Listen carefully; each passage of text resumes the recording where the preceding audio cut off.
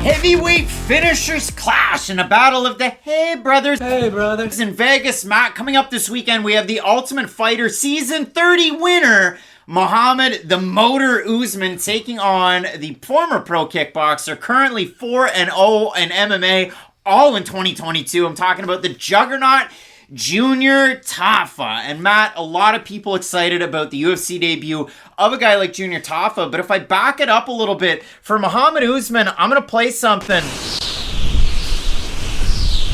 You hear that wind? I do.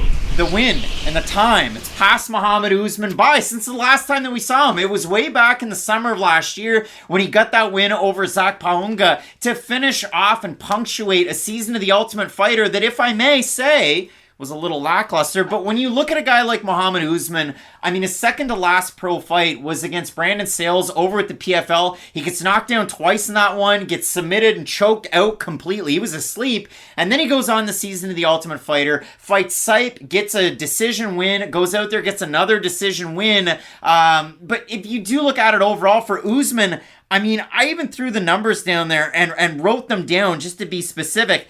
He threw hardly any strikes in that fight against Paunga before he landed that crazy left hook knockout. And listen, the YouTubers, they were out there, they were throwing out their clickbaity titles. They were trying to get people to say that that was one of the biggest knockouts last year. I don't know about that. And I mean, it won a title, an Ultimate Fighter title. Leon knocked out his brother, though, that was a lot bigger. It was. But when you do look at this fight overall, Matt, for Mohammed Usman, definitely has the edge in the MMA experience. It's easy to say, but for Tafa, 4-0 in pro MMA all last year. He got a big win his last time out there against a former sumo wrestler. And I'll break down all the matchups, and I'll talk a little bit about Junior Tafa's time as a pro kickboxer, because he faced some of the world's best, not named Rico Verhoeven or Badr Hari or Alistair Overeem. But at one point, as a 22-year-old, Junior Tafa was the 5th-ranked heavyweight in Glory Kickboxing. So crazy story there for Tafa. But when you look at both of these guys, Matt, primary strikers in MMA, both came into MMA from other disciplines, and very notable for Mohammed Usman, he was a defensive lineman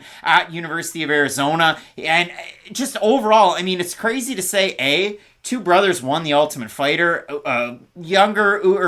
Older Usman being Kamaru, he won season 21. Mohammed won season 30. But a long time away for Usman. And if you look at it on his socials, I haven't seen any training footage. Like, he posted one kind of preamble video, like a hype video for this fight happening. And then he posted a picture of his dad's birthday. And then he posted a picture that he's an OnlyFans athlete. So I don't know what to make of it for Mohammed Usman in the long layoff since he won the season. Neither guy's ever fighting for the UFC title.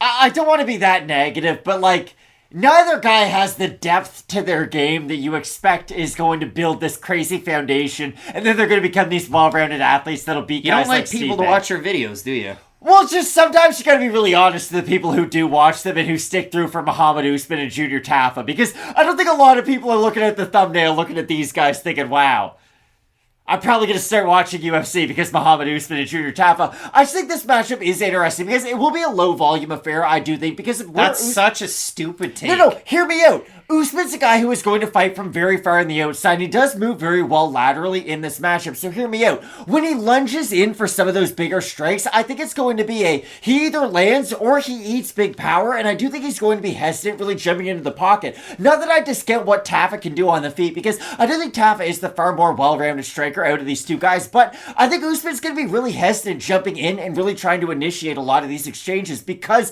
Tafa is so dangerous from the outside. So I think you've got me mistaken. It's not that I think Usman's going to be able to have a lot of success in the feet. I just don't know if he's going to be really willing to engage in that pocket and throw more than just one or two strikes because Tafa is a lot more dangerous. And like you've said, Usman's a guy who's been hurt multiple occasions in matchups. And Tafa, he has good single shot power, but once he does get rolling downhill, he can put combinations on you. So if he's able to hurt a guy like Usman, I would imagine Tafa's able to finish the job and get him out of there after he's initially able to get him hurt if that situation does come up. I've seen Tafa build at different heights fights, whether it was Glory, whether it was in MMA. So he could be 6'3", could be 6'5". We'll see these two guys square off on Friday after the weigh-ins, assuming we make it to that. But if you look at it, going by the Glory numbers, Mohammed Usman has a 6-inch reach advantage. And we'll see if he's able to do that. Because for Usman in his fights, he kind of paws like a long step-in jab. And he'll throw it to the body, he'll throw it to the head. He throws a really big lunging overhand right. And he throws that left hook like he knocked out Zach Paunga. Not a big leg kicker. And he's got some of the bigger legs you're going to find in this heavyweight division. But for Junior Tafa, again, he turned pro in MMA last July, and he already has 4 knockout wins. And if you look at the level of competition, it's kind of all over the place. Like the first pro fight, he takes on Taisi Sakino, and in that one, I mean, Sakino, he's one of those guys that kind of fought not really the greatest level of competition. He goes in there, blitzes him, drops him once, he gets back up, and he drops him again. He goes out there and he fights a guy who's fought everybody, and Kevin Fitzial, who's 15, 12, and 2 at the time, but Fitzial had fought like really, really, really big names up until that point. I know one of them was Rakeem Cleveland. I know he had some wins over some good guys, some losses to some good guys. That fight was all over the place. Fitzial was able to go out there, get some takedowns. Tafa was able to knock him down in that one. Tafa then goes out and he fights Nicholas Djurdjevic over with Brave. And in that one, Djurdjevic runs across the cage, gets the takedown, and Tafa's in really compromised positions to start that one. He ends up somehow getting back up to his feet, lands an uppercut, drops his opponent, gets in top control, lands a ground and pound. And his last time he takes on, see, I'm trying to sound like I'm from Australia, takes on Tyoshi Sudario, who was a guy that wasn't allowed to be a sumo wrestler anymore because he hit a couple of clubbies like in and around some of the fights, allegedly, but he was forced to withdraw from being a pro sumo fighter. Was a decent pro MMA fighter, but in that one, it was the leg kicks, it was those long range attacks out of a guy like Tafa. And then I went down through and I watched some of these, Glory kickboxing bouts that he had. Because as a kickboxer, 23-5 with 19 knockout wins was Tafa. And the leg kicks are great. The uppercuts are great. The mixing from the body up to the head are some of the better weapons that he has. But out of even some of the losses and in the tournaments that he was a part of with Glory, he takes on Jamal Ben Sadiq. And if you know Ben Sadiq, very good. He's very good. He ended up being a champ and fighting Rico Had a Verhoeven. crazy fight with Rico, yeah. The way that fight went, early on in it, Tafa's cut falls out. And then he's got to put it back in. And then it falls out again, and the referee says, if this happens one more time, this is the end of the fight. You can see Tafa continuing to try and adjust it. And out of it, I mean, some really kind of close to the belt strikes by Ben Sadiq. And it ends up, that's how Tafa ends up getting finished. And Tafa's also fought, and I want to make sure I get it right, Ajabai. And in that one, he's a guy that had fought and trained with Verhoeven. It was supposed to be Guto Inocenc who had beaten Tafa, but in the same night, Inocenc couldn't continue due to the cut. So Tafa ends up taking the fight, and he gets his legs kicked completely out from under him. He's dropped or knocked down 3 times due to the leg kicks, so he doesn't win. He lost to some of the better kickboxers over with Glory when he was 22, 23 years old. He's progressed to this point as an MMA fighter under the tutelage of Mark Hunt and his brother, Justin Tafa. So if I call Junior Justin throughout this video, I apologize. It's just, when I watch Tafa fight in MMA, his overall kickboxing skill set translates better to MMA than I think even his brother Justin's does. And I think Junior Tafa has a pretty darn high ceiling in this fight and in overall MMA, as long as he can work some of that takedown defense, because as I said, Djurdjevic was able to run across the cage and take him down, and that fight was about 4 months ago. I struggle with this fight, and I said it earlier. I think the big actions are going to be few and far between. I really do. I think Usman's going to fight this a hesitant fight. And we can disagree on that. That's fine. I just don't know how willing Usman's going to be to get in that pocket and really go for things. And this is what I mean. On the outside, he's going to be hesitant. And all the way on the inside, he's probably going to be going for a lot of takedowns. If he gets them, it's not like Usman's Damian Maia on the mat. It's going to be a lot of heavy control on top and not a lot of big action. So that's why I have a hard time with this fight. I think Tafa easily has enough power to knock out Usman without a doubt. But honestly, vice versa, the same thing has to be said for Usman. He is a big and powerful enough athlete to where if he lands clean, he can definitely stop and finish a guy like Tafa. I just struggle with a lot of the in-betweens on this matchup because I'm not sure what we're going to see. Boxing and Muay Thai experience for Tafa. His line over with Glory was 7.98 strikes landed per minute to 11.21 received, and his average fight time was 4 minutes and 16 seconds. You love that. They were over quick. And if you do consider, I mean, for Tafa, that lead uppercut's a big weapon, but he'll throw it from either arm. He'll throw it from either stance. He'll switch his stances too.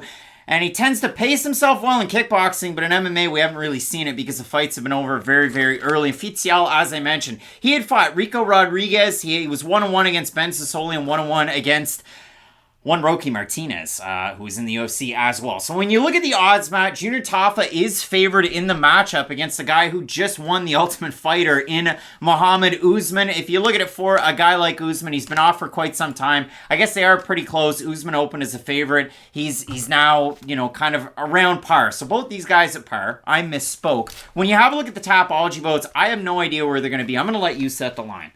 I'll say Tafa is plus 65%. 65% over under. I'm going to say over for Junior Tafa. And it's over. So 678 total votes, 74% going Tafa, 89% by knockout. For the 26% that have Usman, 69% by knockout. The trouble I have with this one, Matt, is Usman. Last 4 fights. Sales. He lands 28 of 67 total strikes in 2 rounds. He was low output against Sipe in a really close fight. He was low output in his next matchup on The Ultimate Fighter against a man in Eduardo Perez. Both those guys were number 1 overall picks on that season. Usman was Team Pena. You heard that from the soundbite. Perez was Team Nunes. He wins that one by a very close decision. And then he goes out there against Paunga, doesn't throw anything in the first round, and then in the second round he gets the knockout. And I had Usman to beat Paunga, and I was surprised as anybody when he landed that knockout blow. For me, Junior Tafa walks across the cage, respects the power, and I think he goes in there and gets a finish win over Mohammed Usman. I think it's a night and day with the striking, and Usman isn't a big wrestler like his brother. So for me, I like Junior Tafa in the matchup. It's almost like my pick of Iwan Kutsalaba last week, which is one of the few I got right. I'll hitch my wagon to how confident you are with Junior Tafa, and also agree with the pick. No, it's pop and popcorn if it's anything. 2 big I don't know, you just strikers. said he was going to walk across and finish the guy, so you seem pretty confident. So, yeah, that doesn't seem pop and popcorn when you predict a finish. So, I'm going to say Junior Tafa. Again, I do think he is the more technical striker, and I think he can make Usman pay for some of those in-betweens on the outside. But again, if Usman does make this a boring fight, uses the clinch control, really does create a lot of, just destroys, I guess, the separation in this fight and eliminates some of the kicks and the combinations of Tafa, I can see Usman having success, but I'll have Tafa in the matchup. We'll have a look. A couple of powerful strikers at heavyweight. Both of us going with the Juggernaut Junior Tafa making his UFC debut. He became a pro mixed martial artist last summer, less than a year ago. So a big time fight on this card. Main event also in this division. Pavlovich taking on Blaydes. You're not going to want to miss it. Keep it locked in with Fight Night Picks. We always say, let's get into it.